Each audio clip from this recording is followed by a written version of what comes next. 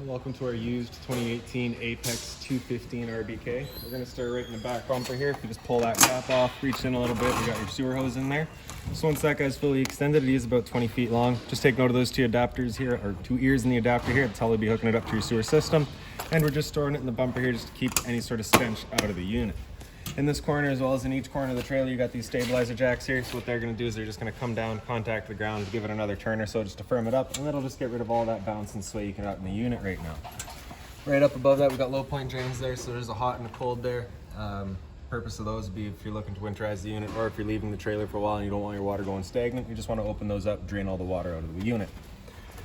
Right here we got your sewer system, so you just got this cap there, you just kind of press it in, pull it off, and it's got the same two ears that your sewer hose had. So your hose will be going on the same way, just press it in, give it that turn, clicks into place, and that's that. On the left you got a gray valve, on the right you got a black, so that black valve is controlling your black tank, which is filtering your toilet, so that's going to be your dirtiest water. When you're dumping your tanks, you're going to want to dump that first. Once your black's done, we'll come over to the gray, you'll open that up, let that drain out last. Your gray is filled from your sinks and your shower, so typically cleaner water than what your gray is, just help keeps that hose that little bit cleaner. Cable and satellite inlet here, so just a coax cable is going to plug into there, fire up at your TV location. Straight up from there, I've got a black tank flush, so you may notice over time you've gone and dumped out your black tank. You know for a fact it is empty, but your monitor panel is still reading a third or 2/3, whatever it may be. Typically it's just some debris inside of the tank, so what you can do is just grab your water hose, stick it into there, open up that black valve, turn on the water, and that'll just flush out that tank, getting rid of any sort of debris that might be causing that issue. Down here we've got your city water connection, so you pop that cap off, and just like your black tank flush there, you're just going to take your water hose, plug it into there, turn on the water, and that'll just pressurize the lines throughout the unit. Beside that you get this little black box here, so as you open that up you can see it's got a little notch down in that bottom prong there. It's going to line up with that notch in the hook cord here, so as you push that in, little 1/8 turn locks it into place, and then you get that threaded collar in the back there to really lock it down. Following the cord back, standard 30 amp end there, most campsites are going to have that. You can just plug straight on in and you're good to go. We do also provide you with a 15 amp adapter, so if you're looking to plug in at home to a standard outlet to charge your batteries or run your fridge, you got the power to do so. And towards the front, I got one end of your storage compartment here. So just open that up, magnetic latch holds it open. It does see straight through to the other side, and this guy right here is just a manual override for your front tongue jack that we'll go over in a second. And around the front, you get that little black box there, so your battery's housed inside of that box, so as long as you're plugged in through that short cord in the back, or your 7-pin into your tow vehicle, that battery is charging for you. Underneath this cover, you got your propane tank, so you just get those two little knobs there, just push them back, open it up, and you got access to your two valves there. So just open them up, and that's them turned on. You do have the change over towards the front here, so you can kind of see that little arrow, just letting us know we're drawing off of that tank, so once you're ready to draw off the other, just flip it to the other side, and there you go.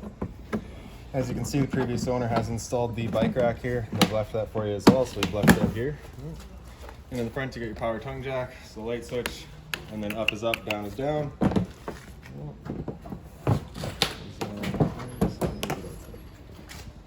So on the side here, you just get that little 2-prong plug there. If you open that up, that's just a solar panel charge, so you just take a 2-prong solar panel, plug it in there, and that'll charge your batteries. Other end of your storage compartment. So here we've got the jack for all of your stabilizers, as well as a water hose and that park adapter I was telling you about. Towards the rear, we've got your 2 exterior speakers here. In between them, we just got the vent for your stove. So of course, propane stove is putting off fumes, so whenever you're running it, you just want to make sure that this vent here is opened up, allowing those fumes to get outside. So you just get the 2 little tabs in the bottom there, just pull them up, comes on open. When you're ready to go traveling, just press them back into place, they'll click in and just keep any dust from getting in there. This here is just the exhaust for your furnace, so you just want to make sure nothing's blocking that off. It does get hot. GFI protected outlet there, resets just inside the unit. Cable and satellite outlet right here. So if you want a TV outside, you can do so. Fresh water tank fill, so you just got that one little cap there, just pops off, take your water hose, stick it into there, turn on the water, and that'll fill up your fresh water tank. You know that tank is full once it starts spitting water out of that vent there, or just by watching the monitor panel inside. The drain for that tank is just kind of right between your axles, right in the back there. You can see you get that one little cap. Just pull that cap off there, drains it out. Hot water tank here, so one little keyway there, just line that up, and then you can pop it on open. Now the control for turning it on with electricity is just in the bottom corner there. It's just a simple switch. For turning it on with propane, we got another switch inside. Once we get there and do turn it on with propane, I will go over a reset procedure, and the button that I'll refer to is just right here. Before you ever turn it on though, whether it be with propane or electricity, you just want to hit this release valve right there, make sure that shot of water comes out. That bit of water coming out is just letting you know it is full, it's safe to fire it up, and you're not going to burn anything out by doing so. Two little pins in the bottom there to line up, press it back into place, and then lock it back down with that keyway. Above that, we got the vent for your fridge there, so it's really just a service port, nothing back there for you to worry about. And then your rear kitchen here, so as we open that up, it is just on gas struts, so it'll hold itself up. You get the little storage bin here, get a little light up here as well.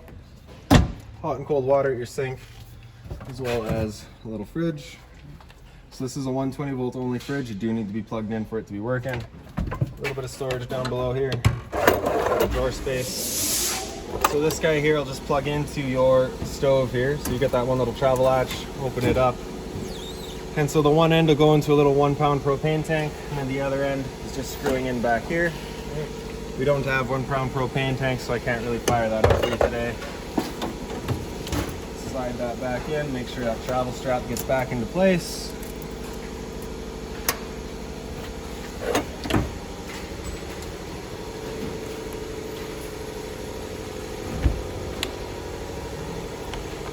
And in the back of the unit, we get your exterior shower here. So you're gonna get a key that's gonna look just like this guy here. Just stick it on into there, open it up. Get hot and cold water, the standard 3-foot hose, the standard head. If the dog's out getting muddy or whatever, you can spray him off before he gets inside. And then of course, just your spare tire. Let's now make our way inside. Get your assist handle here, just up 90 degrees, falls into place. Open up the door. You do have the little T-latch on the back side here. It just slides into there, holds the door open for you. Just like that. And then you're just gonna grab this bottom set and pull it out. Flip that other one over, and we can come on inside. So once you get in here, just inside of this compartment, right in on the wall there, is your fire extinguisher. So standard, pull the pin, point, and shoot. Up from there, you've got all of your controls here. So I'll start right in the bottom and get your awning light bottom and center there. Step light to the left does a little blue light for your steps. Curbside light will do your lights at your speakers here. Entry lights does the 2 entries as well as the first one into your living room. For your awning, press and hold extend, and that awning will make its way out. And once that awning's fully extended, you'll see a little white flap at the end come down, as well as the gray of the metal tube.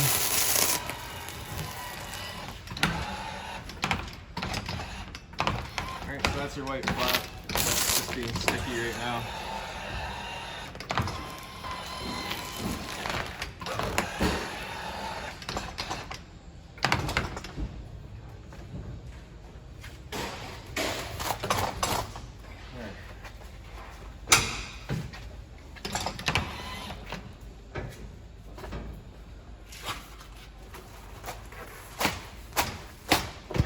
Alright, so once you see that flap, you're going to want to stop. If you continue extending, it can actually wind itself up backwards, in which case your fabric will be underneath your tube, allowing it to then hold water, accelerating the growth of mold and mildew.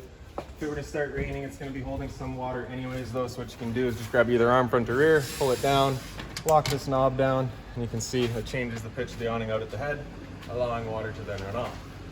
Now, if you like that angle better because it does give you more shade, you can do the same thing with the arm up front. Just before you bring it back in though, just make sure they back out fully extended, just so we're not running the risk of bending anything. Press and hold the track and make its way back in.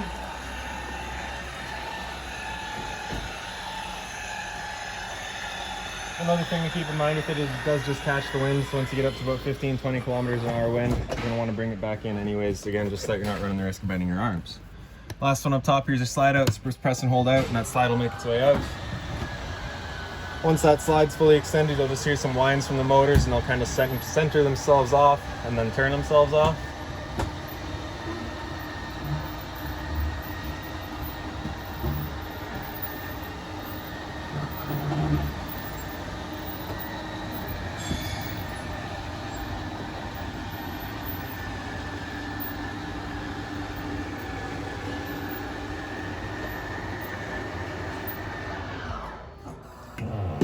And there you go. Alright, so now we can make our way into the front bedroom here. So your light's just up on its own switch there. Same thing right above the head of the bed. You can see you still got the old mattress here. We got the new one on order for you. We'll install that as soon as it gets here. Picking up the foot of your bed, you do get access to a little storage compartment there.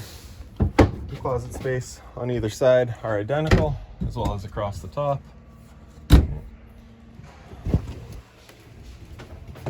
For the emergency exit here, you just got that one red tab. You're just gonna pull that to get rid of the window. Take this red handle, throw it outside, and hop on out.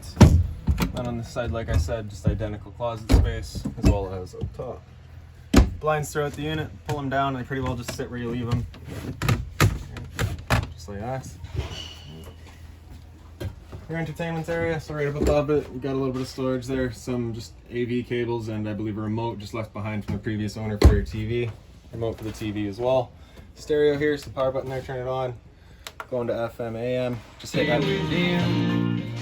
Just keep on hitting FM, AM, and you can go through all of your different bands there. So you get the 3 FMs, you get 2 AMs. Right.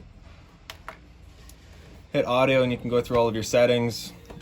Speaker set A is your outside set of speakers. Speaker set B is your inside set, and speaker set C is just blank. Remote for your stereo there. Right down in here, you've also got the antenna. So we've got the coax cable currently hooked up to antenna. Turning that antenna on is just that button right there. Get that little red light, let you know it's going. Charging center where you got some USB outlets. And then right in here, you get this one little pin. So if you just pull that up and out of there, you can turn the TV around and point it into the bedroom.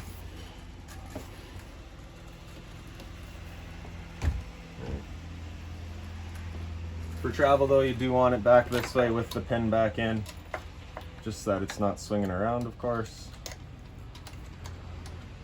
A little bit of storage down below. And then to your dinettes here, you have the one light up top, just a little push button side. Storage on either corner, pretty well the exact same blind up there. Right, a little bit of storage below the seats. You also get the power outlet on the one side here. Then in your kitchen, you got storage all down these drawers here. Hot and cold water at the sink, of course. The covers are actually part of the countertop, so you can put, hot pan on there if you want, not for too long, but you can. Little light up there, storage across the top. You also got the little binder here. So that binder has all of your owner's manuals, all of your keys, anything like that for the unit. It's going to be right in there. Microwave here is pretty standard, just like home. Not much I can teach you there. And then below that, we got your range vent. So this fan right here is what you want turned on whenever you have your stove going, right? So that we're evacuating our fumes out of that vent outside. You also get a light here. So just turn the knob over to light, hit it with a sparker, and she fires right up. Now the first time you go to use the unit, this may take a minute just because it's got to clear all the air out of the propane lines. It's perfectly normal. Turn them all off. For your stove, you're just going to turn that knob over to pilot and press and hold. Grab a lighter, and then right in the back we'll get that pilot light going. So once you got that pilot light going, you just want to hold that knob in for another few seconds, and you can release and it'll hold itself. Then you can just turn up to your desired temperature and she fires right up. Once you're done, just turn it back down to pilot and it'll hold just the pilot light for you. However, if you're going traveling or leaving the trailer for a while, you do want to make sure it's right off. Right below your stove, you've got your furnace here. Control for your furnace is just up on the wall. So you have that one little slider all the way over to the left there is it turned off. All the way over to the right is max heat. Anywhere in the center is your temperature selection. And that turns on the furnace then. And then once the furnace fires up, you can actually see the flame going down in that bottom left corner there. The furnace is also just dumping all of its air just out right here. So if you wanted to get yourself a fan to move the air forward or back, it would really help. See that air going there. Once you're done, just take that slider all the way over to the left, you'll feel a click, and that's it turned off. Down on the floor here, you got your converter, so just press it in the bottom, or I guess on the left side there. Open it up, and we got all of your breakers down the middle here. Whenever a breaker breaks, it'll sit in the middle, so just turn it off and then back on, and then we got all of your fuses there. If a fuse were to ever pop, you'll get a little red LED right beside it, letting you know exactly which one went. Above that's your LP detector, so propane's heavier than air, it'll sit on the floor. This guy will detect it and start going off just like your smoke detector would. For your fridge, the power button's just on the left there, turn it on. First it's going to try for auto power. Auto power is first going to look for AC. If AC is taken away, it'll automatically flip over to gas. If you're dry camping and want it to run solely off of gas, just have that button on the right there come out and it'll fire up just on gas. If you ever get that little check light right there, it's just letting you know it hasn't fired up. At that point, just off and back on to reset it. Freezer compartment, as well as your fridge. Temp control is right in the back there, so as you can see, lower is warmer, higher is colder. Into the bathroom now. So up on the wall here, we got your light switch. Right up above that, we got your water heater switch. So just turn that switch on. That light will come on, letting you know the ignition sequence will start. Once that light goes out, the sequence is started, and it'll try that 3 times. If after that third try it hasn't fired up, that light's going to come on, it's going to stay on. At that point, you'll be going and using that reset button that we'd shown you. So stood right here, it took 1 click, fired right up, no problem. We know that water heater's good. Monitor panel here, so on the bottom corner you got your water pump. Turn that switch on, turns on your water pump, drawing out of your fresh water tank to pressurize your lines. Then above that we got your monitor system. So battery here, because we're plugged in right now, we're currently C for charging. G would be good, F is fair, and L is low. For your fresh tank, as you fill that up, it'll go to 1/3, 2/3 and full. Same idea for your black and your gray. Storage here. One more at the end there. Towel rack as well as a toilet paper dispenser.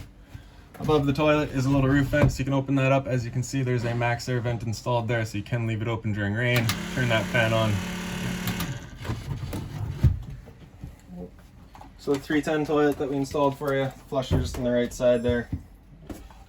And then your shower, it's pretty standard. Hot and cold water, standard head and hose. One thing is just that travel strap there, so you just want to make sure that is, done up whenever you're going traveling. Get your medicine cabinet here. You've also got a little chemical sample for your toilet, so after the first couple of times you use that, you're going to want to take that bottle, just pour it down the toilet, and that'll just help break down anything in there that could be giving you an issue. GFI protected outlets, so test on the left, reset on the center there. Hot and cold water at your sink with a little bit of storage below, just being mindful of our drains and our water lines. Of course, don't want to be breaking those. And really last, I believe, is going to be our AC here.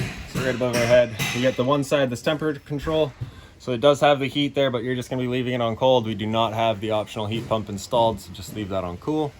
And on this side, if you go clockwise, you can get into your low fan, you get a medium fan, then a high fan, and then you can get into high cooling, medium cooling, and low cooling. Right? So really, the cooling side is just where it's bringing in the compressor. The low and high is just changing the fan speed. That's all there is to it. Like I said, optional heat is not installed, so it doesn't do anything, and then just back to off. Get this one louver right here, you can close it off or open it up. It dumps all of its air into the living room here, and then you just got all the side vents for shooting the air throughout. I do believe that's about it for this unit. If you've got any other questions on it, please feel free to give us a call, 204-237-7272.